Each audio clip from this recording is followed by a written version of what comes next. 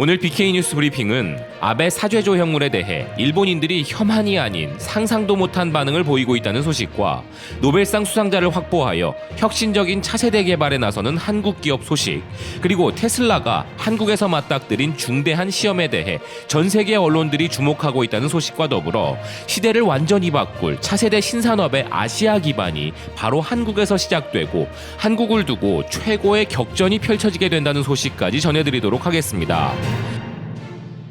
여러분들 모두 아베 사죄 조형물 보셨죠? 김창렬 한국자생식물원장이 설치한 조형물에 대해 일본 언론들이 일제히 보도하자 일본에서는 정부 간의 상황이 아님에도 재발절인 듯 스가 요시히데 관방장관이 직접 강경 대응을 예고했었죠.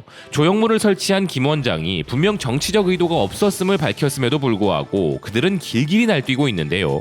재미있는 것은 지금부터입니다.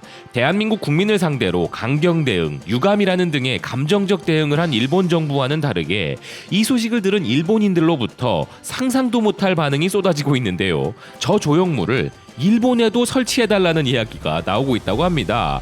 일본의 리테라가 바로 이 일본 대중의 반응을 전하고 있습니다.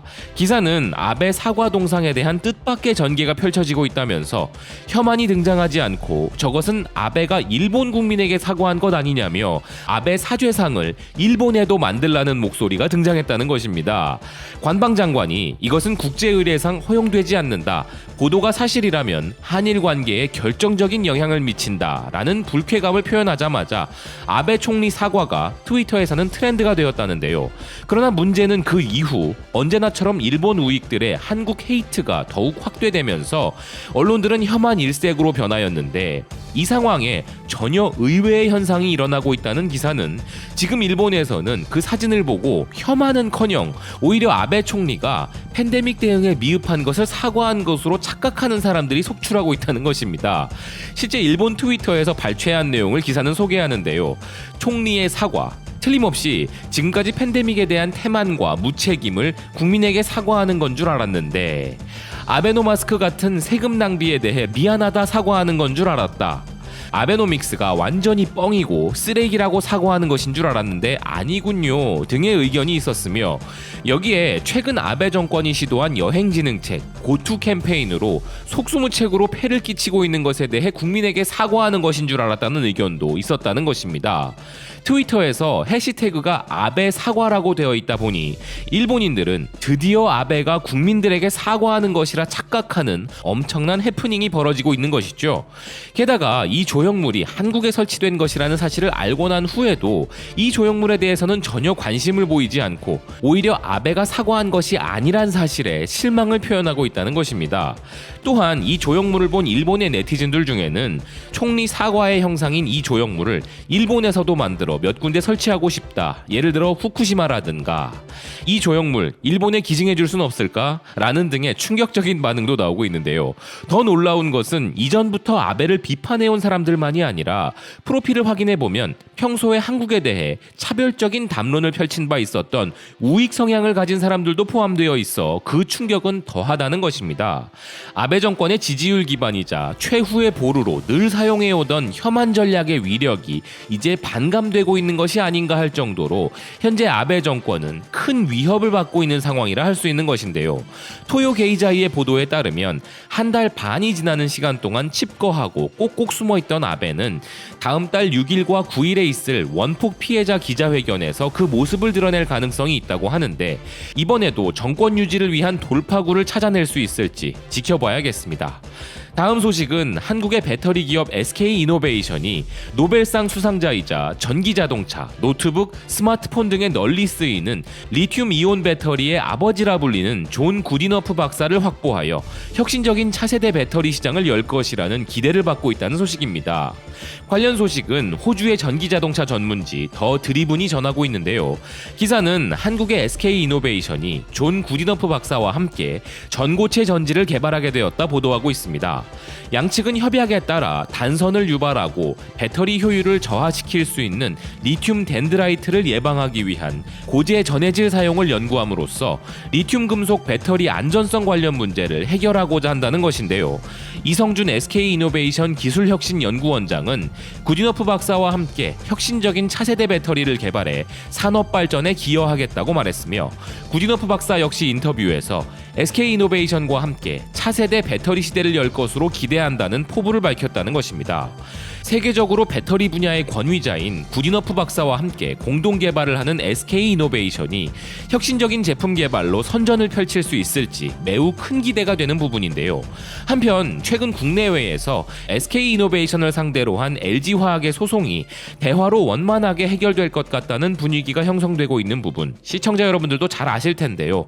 한국 경제를 이끌다시피 하는 반도체 산업에 이어 차세대 산업 분야 중 하나로 자리 잡고 있는 배터리 분야에서 한국 기업들 간의 원만한 갈등 해결과 치열한 배터리 산업 내에서 선의의 경쟁을 통한 상생의 길을 모색할 수 있는 방향이 잡히길 바라는 바입니다.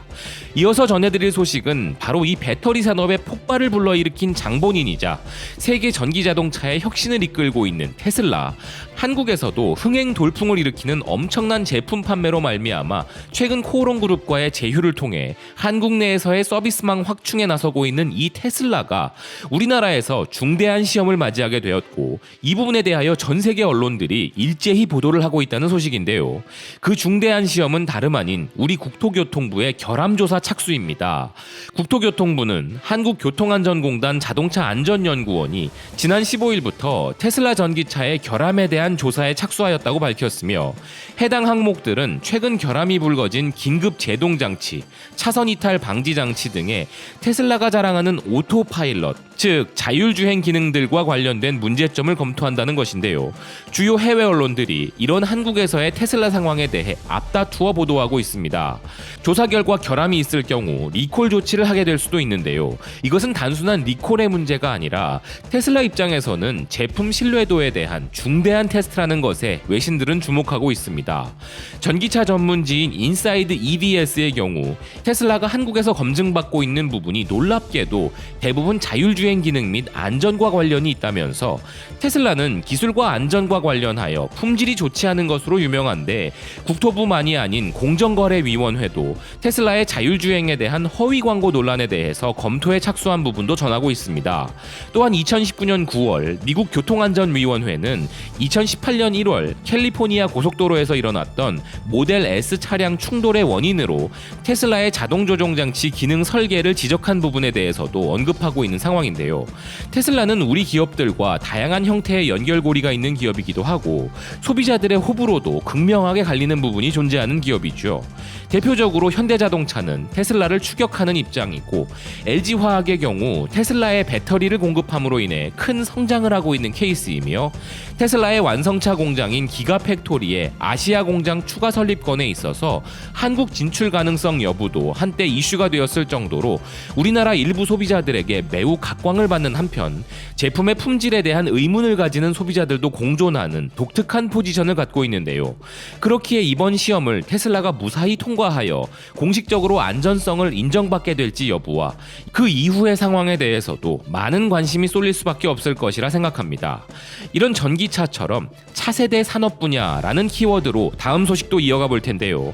4차 산업혁명으로 인해 새롭게 태동하고 있는 또 다른 산업 분야에서 현재 한국이 주목받고 있으며, 한국이 이 산업의 격전지가 될 수도 있다는 소식입니다.